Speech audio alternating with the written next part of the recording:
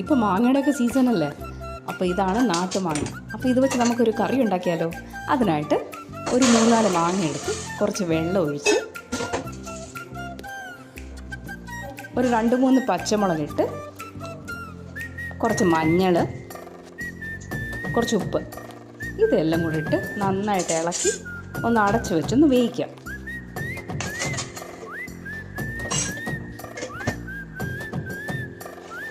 എന്നിട്ട് നമുക്ക് ആ നേരം കൊണ്ട് നമുക്ക് ഇതിനുള്ള അരപ്പ് റെഡിയാക്കാം. അതിനായിട്ട് കുറച്ച് തേങ്ങ, കുറച്ച് വെളുത്തുള്ളി, കുറച്ച് ജീരകം, കുറച്ച് മുളക് പൊടി, കുറച്ച് ഉപ്പ്, ഇതെല്ലാം കൂടെ നന്നായിട്ട് അരച്ച് പേസ്റ്റ് രൂപത്തിൽ അരയ്ക്കാം.